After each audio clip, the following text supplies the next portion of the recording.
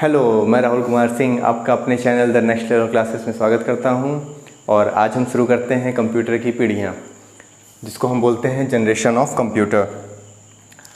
ठीक है, चलिए आज हम लोग शुरू करेंगे जनरेशन ऑफ कंप्यूटर। तो देखिए, पहली फर्स्ट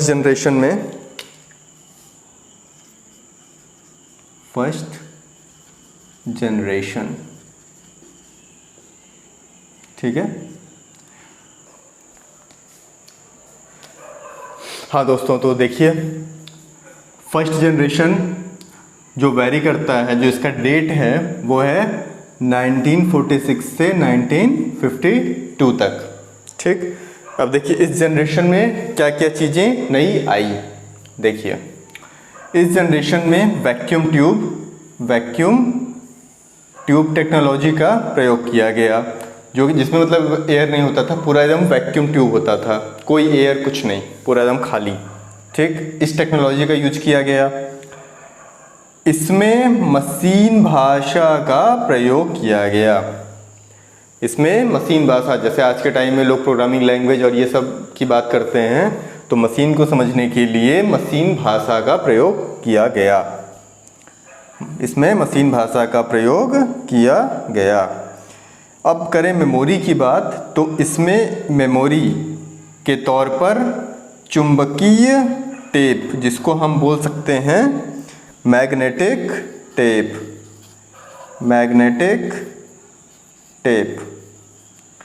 ठीक है, और पंच कार्ड का प्रयोग किया गया था। ठीक है, अब देखिए फर्स्ट जनरेशन में आपसे अगर पूछा गया कि हाँ फर्स्ट जनरेशन की जो टाइम है, जो सन का टाइम है वो क्या है, तो ये अगर ऑप्शन में आता है इसके बीच का, तो आप इसको लिख सकते हैं। अब पूछ दिया जाएगा, मान लीजिए कि फर्स्ट जनरेशन में जो टेक्नोलॉजी यूज की गई वो कौन सी टेक्नोलॉजी थी, तो आपको पता होगा, तो आप लिख देंगे, तुरंत एक टिक लगा देंगे, वैक्यूम ट्यूब टेक्नोलॉजी का। मशीनी भाषा का प्रयोग किया गया। और इसमें मेमोरी, अब मेमोरी की बात करें तो कोई भी कंप्यूटर है उसके अंदर कोई भी मेमोरी रखने के लिए, मतलब कोई भी डेटा स्टोर करने के लिए हमें मेमोरी की आवश्यकता पड़ती है।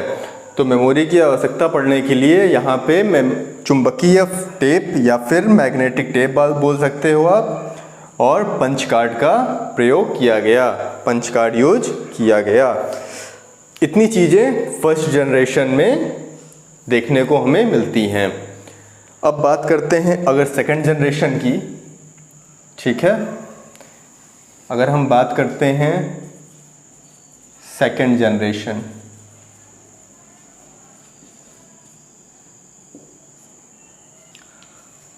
हाँ, तो सेकंड जनरेशन की अगर बात करते हैं हम, तो जो सेकंड जनरेशन था, अब देखिए वो आ गया हमारा 1955 से 1964 के बीच में, इसका जो जनरेशन रखा गया। इस जनरेशन में देख लेते हैं कि क्या चीज़ें आई, कौन कौन से जो हमारे टेक्नोलॉजी है, वो कौन कौन सी टेक्नोलॉजी हमारी यूज हुई। तो देखिए इस जनरेशन में ट्रांजिस्टर आया। ट्रांजिस्टर का यूज इस जनरेशन में, सेकंड जनरेशन में किया गया। इस जनरेशन में ट्रांजिस्टर का प्रयोग किया गया। अब देखिए एक नोट है जो वेरी इंपॉर्टेंट है, जो कि आपके एग्जाम पॉइंट ऑफ व्यू से बहुत ज़्यादा इंपॉर्टेंट है। ट्रांजिस्टर का विकास किसने, मतलब ट्रांजिस्टर को बनाया या विकास किया, तो आपको याद रखना होगा विलियम शॉकी ने कब किया, 1947 में किया था। आपके पास जो मैं लिखवा रहा हूँ वो टू द पॉइंट है, जो कि एग्जाम में पूछे जाएंगे। ठीक है, अब बात करते हैं मेमोरी की। वही सेम चुंबकीय टेप, जिसको हम मैग्नेटिक टेप बोलते हैं। ठीक है, अब देखिए फर्स्ट जनरेशन में vacuum tube technology, second generation में ट्रांजिस्टर, मशीन भाषा का प्रयोग किया गया, इसमें मशीन भाषा का ही प्रयोग किया गया था। ठीक है, लिख देता हूं मैं, मशीन लैंग्वेज यूज। ठीक है, इसमें मेमोरी के तौर पर चुंबकीय टेप और पंच कार्ड का प्रयोग किया गया। इसमें चुंबकीय टेप का यूज किया गया। ठीक है, अब आइए हम अगले पीढ़ी पे चलते हैं, अगले जनरेशन पे चलते हैं, जो कि है थर्ड जनरेशन। थर्ड जनरेशन, इसको हम ये भी लिख सकते हैं 1G, ये हो गया 2G, ये हो गया 3G। सुन रहे ना, 3G 2G 3G 2G। ठीक है, थर्ड जनरेशन का जो ईयर है वो आप देख सकते हो कि 1964 से लेकर के 1975 तक। इसमें जो टेक्नोलॉजी यूज हुई है वो आईसी हुई है। आईसी आप लोग सुने हैं ना, बिल्कुल सुने होंगे। तो आईसी का अगर देखा जाए तो फुल फॉर्म जो होता है वो होता है इंटीग्रेटेड सर्किट। क्या होता है?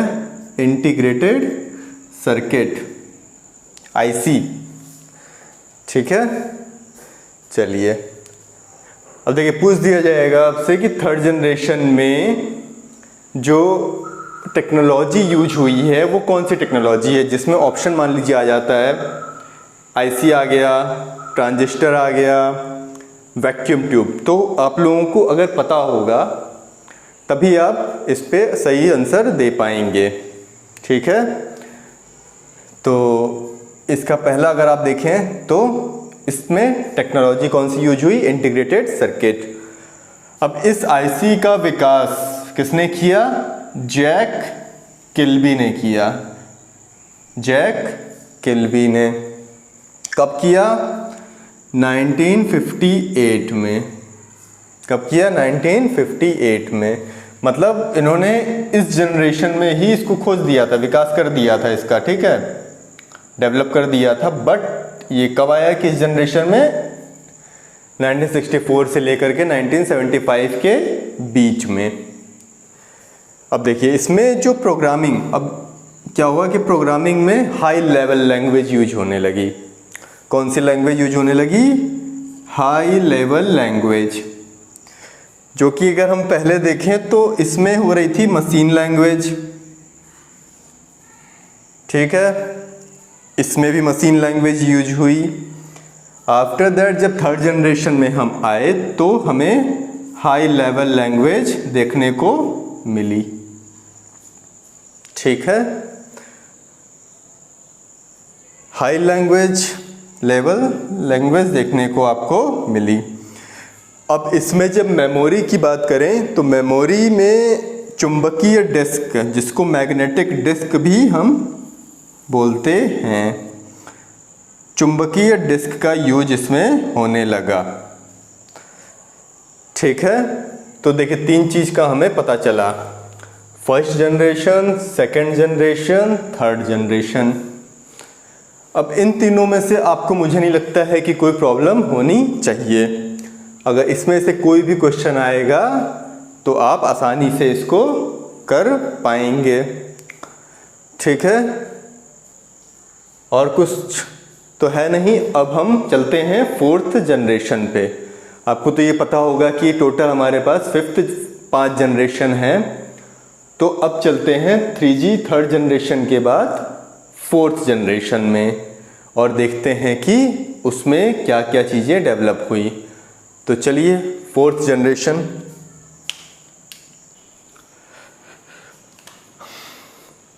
देखिए फोर्थ जनरेशन ये रहा।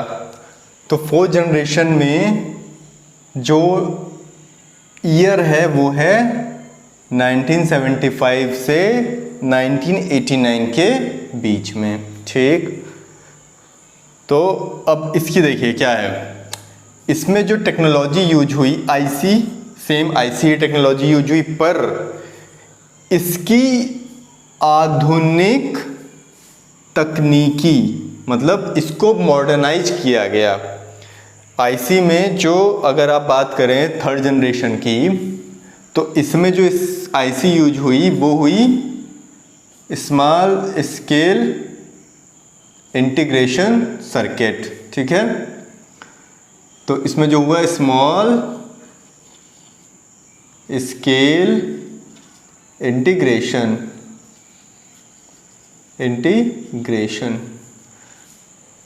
ठीक है। और जब यहाँ पे आया फोर्थ जनरेशन में, जब आईसी को मॉडर्नाइज किया गया मतलब इसको अपग्रेड किया गया, तो अपग्रेड करने में जो आईसी थी इसको अपग्रेड करके VLSI कर दिया गया। वहाँ पे स्मॉल स्केल था, यहाँ पे जो हो गया वेरी लार्ज स्केल इंटीग्रेशन,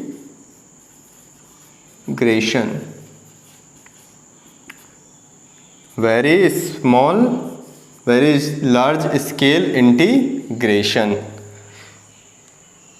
तो अपग्रेड हो गया, यहाँ पे जो आईसी थी वो हो गई अपग्रेड। ठीक है, same as in third generation जो प्रोग्रामिंग लैंग्वेज थी वो high level language, same here अब programming language is high level language का प्रयोग किया गया। जो आजकल हम यूज कर रहे हैं ना अभी फोर्थ जनरेशन का, तो आप देख रहे होगे आईसी वगैरह, सेम चीज ये है। अब देखते हैं कि फिफ्थ जनरेशन यहाँ पे सबका हो गया। ठीक है, देख लिया आप, सेकंड जनरेशन में ट्रांजिस्टर, फर्स्ट जनरेशन में vacuum tube, second generation transistor, third generation IC and fourth generation IC का upgrade version that is VLSI। ठीक है, और अब जो आप फिफ्थ जनरेशन में चलेंगे तो उसमें आपका इसका अपग्रेड वर्जन आ जाएगा। ठीक है, आइए देखते हैं। सो कम टू फिफ्थ जनरेशन। तो इसका जो टाइम है वो आप देख सकते हो कि ये शुरू हो गया 1989 से अभी तक चल रहा है। ठीक है, 1989 में हमारा जो है ये फिफ्थ जनरेशन कंप्यूटर का आ गया था। तो इसमें जो था वो क्या था, आईसी टेक्नोलॉजी ही यूज की गई, बट इसमें भी सेम आधुनिकता लाई गई, मॉडर्नाइजेशन लाया गया, आप कह सकते हो अपग्रेडेशन लाया गया। तो फोर्थ जनरेशन में जब VLSI का यूज किया गया, वेरी लार्ज स्केल इंटीग्रेशन, ये भी एक आईसी का पार्ट है, और इसी आईसी को जब यहाँ पे अपग्रेड किया गया तो VLSI से चेंज होकर के हम एक नया अपग्रेड वर्जन ले आए जिसका नाम था ULSI। ULSI था अल्ट्रा लार्ज स्केल इंटीग्रेशन। क्या था, अल्ट्रा का मतलब आप जान ही रहे हो, एकदम अल्ट्रा बहुत मतलब अच्छी चीज़ हो गई। Ultra large scale integration, ultra large scale integration. तो इसमें आप देख सकते हैं कि बहुत ज़्यादा मतलब जो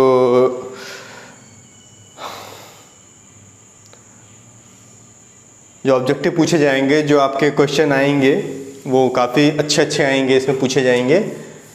तो यहाँ से तो कोई क्वेश्चन का आंसर हम मिस बिल्कुल नहीं करना चाहेंगे, सब कुछ हमें यहाँ पे पूरा उतारा हुआ है, और इसके बाहर से तो मुझे नहीं लगता है कि कुछ पूछा जाएगा। प्रोग्रामिंग लैंग्वेज मतलब जनरेशन ऑफ कंप्यूटर यहाँ तक आज फिनिश हुआ है।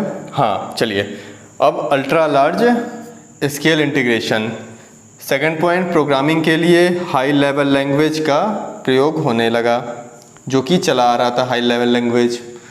ठीक, जिसमें आप मतलब हाई लैंग्वेज आप क्या हो गया, जैसे हो गया आपका सी लैंग्वेज हो गया, C# हो गया, जावा हो गई, ठीक है, सो ऑन।